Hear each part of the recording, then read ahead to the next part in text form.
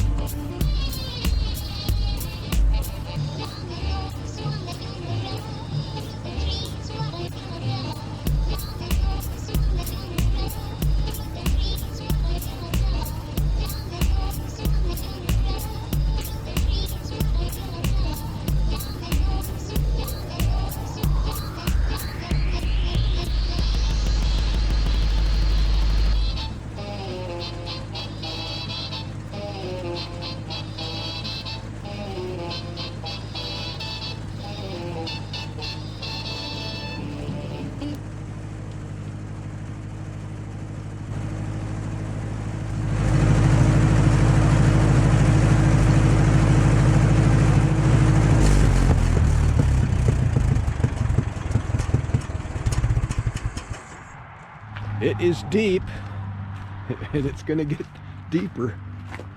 I mean, that is extremely heavy, wet clay crap. There's no way I could have dug that up. I'm gonna stop for a bit here.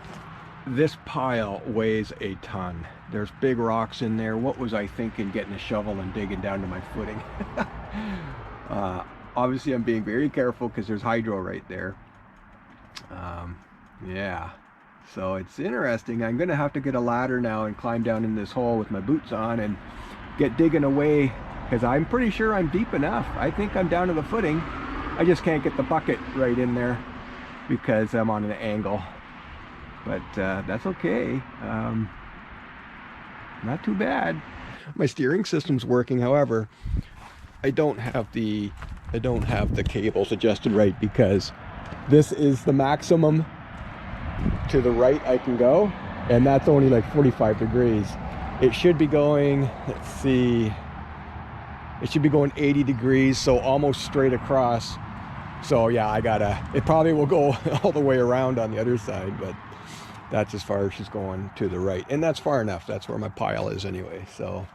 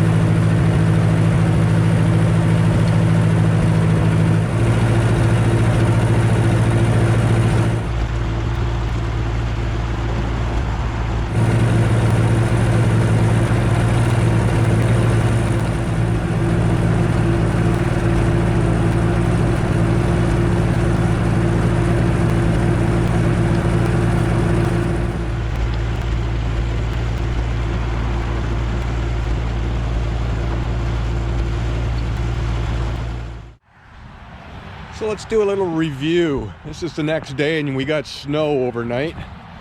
I'm all gassed up and ready to go for another day here. All right. I gotta get the snow blade off, and I gotta get that bucket on back there, and I gotta move these piles of dirt.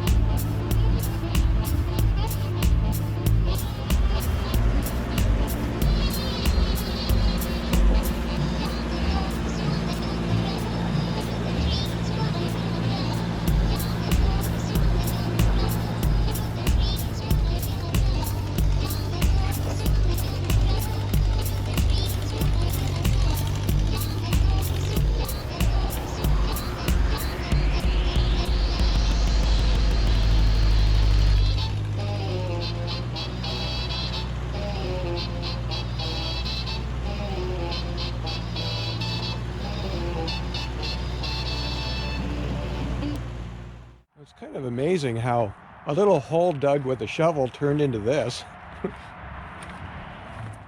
I had super luck yesterday when a white van pulled up out here on the road and was sort of looking, and I thought, uh-oh, some kind of inspector, right? Where's my hard hat? It turned out to be the gentleman that bought this property and renovated this house, or added on this front section, and he was able to tell me exactly what's going on in here. He says, no, there is drainage tile all the way around this house. Both sides all the way around, that drains out to the creek over there. And so that gave me confidence in my my guess that there's just an issue with it not flowing, that there is tile there, and then it's just plugged up. This old girl's working out fine. Holy, can't believe it's putting up with the abuse I've been putting it through. So this antique backhoe attachment has really worked fantastically. I mean, for its age and for its vintage. Remember, when this thing was built, backhoes were only invented like maybe 10 years before at the most. So obviously they're still going to be working out design flaws and things. I do have the cover for that steering pulley system down there. It's bent. This thing got kind of trashed somewhere along the line, and it's bent, but I'm going to pound that out because now I realize how important it is. That's all down into the muck and goo, and that's not good. There's no way I can fix this footing myself. I mean the tile around the footing, I can't do it. The ground here is too soft and too wet. It just keeps caving in, and it's beyond me. So I have to admit defeat sometimes before you take on a gigantic project. Maybe it's best to think it through. Maybe watch a few videos. I'm gonna have to just admit when the job is too big for me. So I'm filling it back in from that pile. I still have to make up a proper mount on the back here. You know, my little upper mount, it lasted it lasted half a day. And then I got into some really heavy stuff, and way heavier than I thought I would. So I have rigged up a chain system here, and the chain system's working just fine, but I'll get that, before I use this thing next time, I'll get that fixed up. So do a little bit of backfilling here and wrap this job up.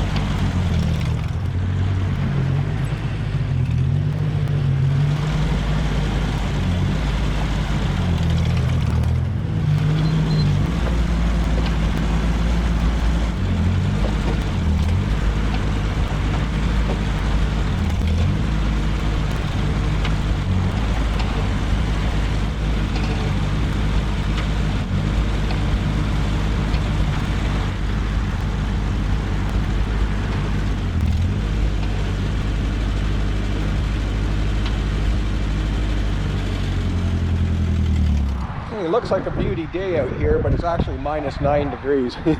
I got the whole panic filled in. I hurried up real quick while we still had a little bit of warm temperature, but then it froze. I mean, everything just froze right up. So I got most of the pile taken away over here, got the driveway opened up again, but that's all I had time for. Just shove it all in. I didn't even have time to rake it out or anything. Now it's all frozen, but we got some warm weather coming up. I'll finish getting this graded out. Now, one thing I wanted to point out was, I didn't mention it, but if we take a quick look back in the footage, you'll see I eventually exposed a clean out over here. It was like 2 feet underground, but when I swept the dirt away from the foundation, there it was. There was a clean out. Now this pipe isn't part of it. I stuck that in when I was backfilling, so it's stuck into the clean out with wrap around it so that dirt doesn't go down in there anymore. But I'm kind of thinking dirt's been probably going down that pipe for maybe years. I don't know, because it never came up above the surface of the garden here. So I'm gonna cut that off under the siding there, and maybe we can just get a scope down this and you know, hire a guy to bring a camera and just view both directions when he gets to the bottom and find out where the clog is. Then I can dig this up again, but just in the one spot, just the spot I need to, and get that little leak we got in the basement fixed up.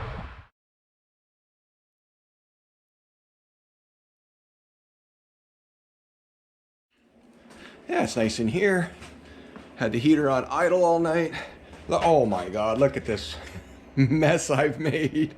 So yeah, I was out here last night just making a complete mess of things. I mean, holy, I had this whole garage cleaned up. Now I got just about everything I own back out again, all over the place. So I made this. So I utilized the old bracket I had and welded on some gussets that now are pinned in place. You really can't see, can you? Okay, this pin goes in this pin goes in this side, right through the whole thing, and gets locked into place on this side. I'm not using the upper link pin. This pin is direct onto these big solid tabs on the pumpkin, I'll call it. There's 3 of these big tabs. There's one on each side and then a big thick one in the middle. And yeah, I got my arc welder rocking and welded that on. These things, the first version of this bracket, these things just bent right back under the weight of the backhoe. I don't think that's going to happen anymore. Now, why am I doing this? Because I said I was going to mount this to the frame of the tractor, right? I was going to build like a frame up. You hook on the backhoe and then back down the other frame. That's all the strength you need. That's plenty of strength, right? Well, I saw a video where the same backhoe is attached to a 4.8N, and it was all done through the rear end here. It was there. Actually, it's similar to this. It had verticals run down to the bottom, to the drawbar mounting plate, and then it mounted to something up here. It just had like triangles that went on. Okay, I kind of wasted a whole whack of time, because sometimes you just have to do a whole lot of things to learn how it works and what the physics are and what the math is and the science and all those things to get right back to where you started.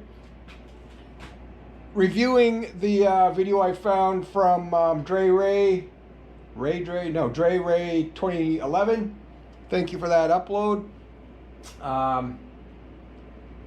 I'm going to just stick with the original 3-point hitch for the hookup to the backhoe and just ignore this big steel bar. I think this thing was attached one time to a bulldozer or something. This is what this is. This is a big solid mount to a bulldozer with heavy lift arms and all the rest of it. And looking at the video, it looks like the Henry manufacturing company there designed it so it would work on a tractor this size just by using the lower arms of the 3-point hitch, but adding an extra arm that would start, you know, basically it would mount to the sort of the opposite mount to the actual arm on the axle. There's another pin here that you can mount to. And so what I'm going to do is just find myself another set of lower arms. I just missed out on some like about a month ago because I didn't know I needed them, but 32 inches eye to eye, Ferguson 35 lower 3-point hitch arms. I believe that they'll both then fit in the mount of the backhoe, and it just adds a little bit more triangulation, you know, on each side. So I'm gonna just leave this whole thing off. I'm gonna find myself a set of bars or just make my own.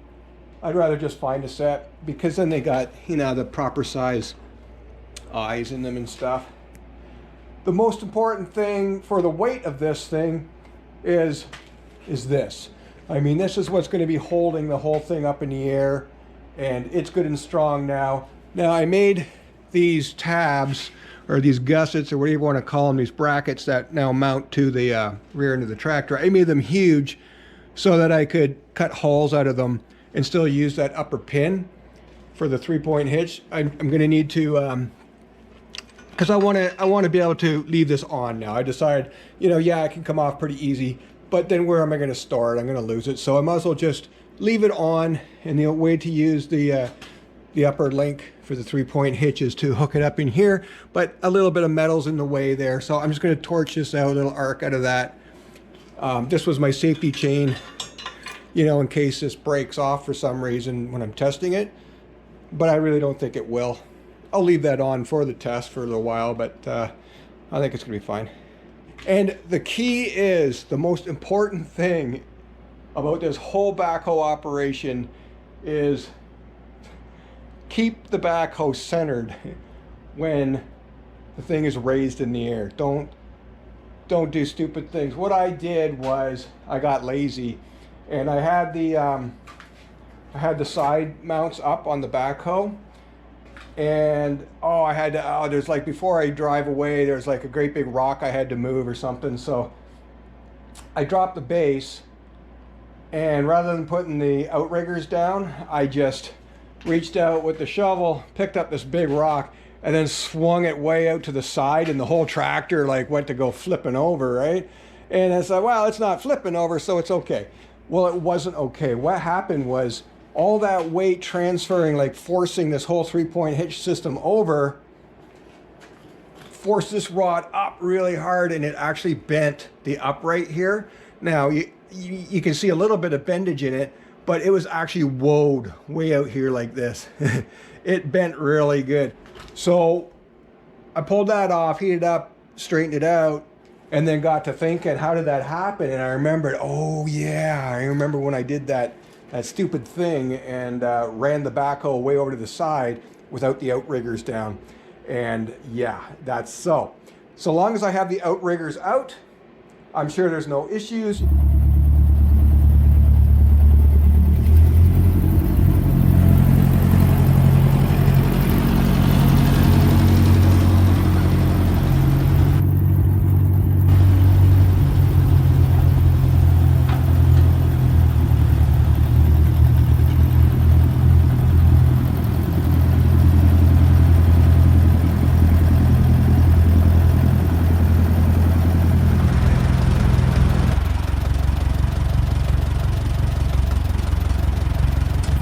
So the 2 bottom pins went in great. Let's see about getting this lined up.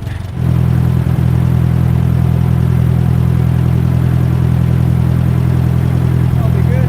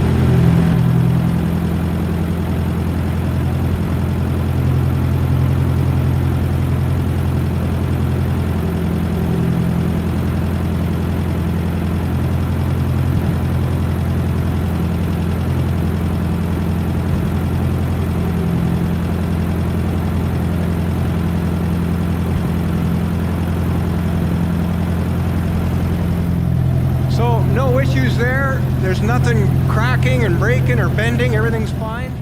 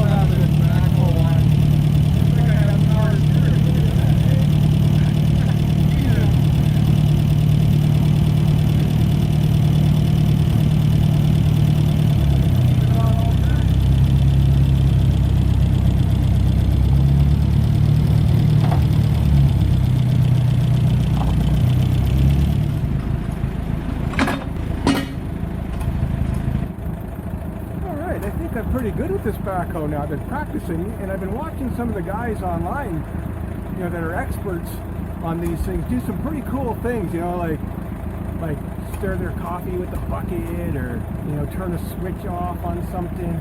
So I thought I'd get this big expensive Hollywood camera I bought.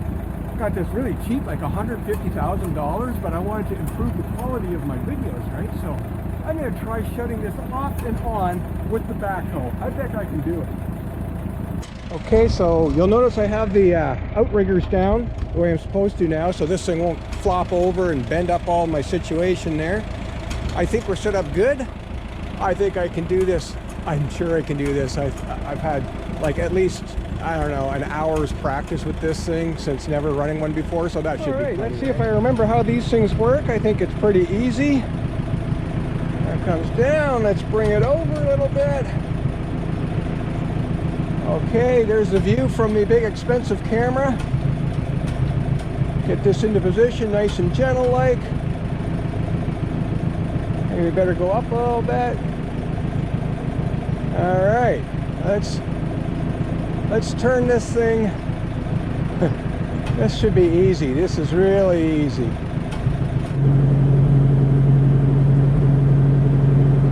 All right, I think I'm doing a good job. Maybe I'll go down nice and slow. Oh, that's up. Oh, I got these mixed up. Whoa, oh no, oh my God. What am I, oh no. Here, I'll fix it, don't worry. I think everything's fine. I'm pretty sure it's fine in there. Tell you what, I think the box was the problem. I had the wrong kind of box. So let me just try that again. Gently put it down. Oh my God. Oh no, I did it wrong. Maybe made a mistake here. Let me just, here, we'll just move it here. Oh, yeah. Oh, okay, well, I got that door open. The door wouldn't open before, so I kind of fixed it. Here, let's just do this. A little bit of that, and then just, there we go. Oh my God, no, I screwed it up again a little bit. Not too much, just a little bit. I probably should have practiced some more, a little bit more. Oh my, yeah, oh, that's,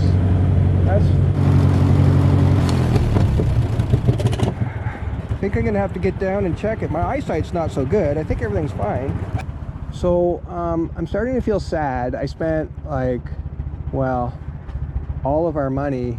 The little lady doesn't know I spent all of our money on an expensive camera. How am I going to explain this one? But the backhoe worked great. So she's going to be very impressed with all this, I'm sure. Almost 100% sure she'll be happy that I got this working good.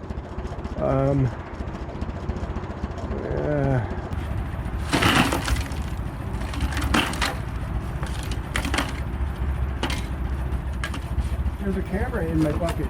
Dear Eliza? All right, enough fooling around. This is a serious channel. All right, let's get these cables snugged down because the steering is just all over the place here. There's so much slack in it. What did I have on there? Some kind of maybe 3/4, maybe an inch.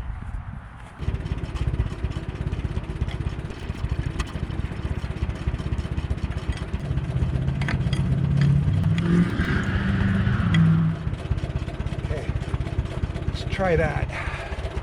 I don't know if like it can go too tight, but I didn't leave a lot of meat on the bone on the adjustment there. Possibly that rod can go up in there, maybe. But I cut this cable a little bit too long.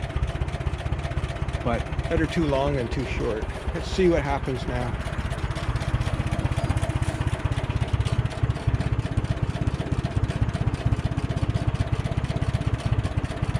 Maybe give it a little bit of pressure here.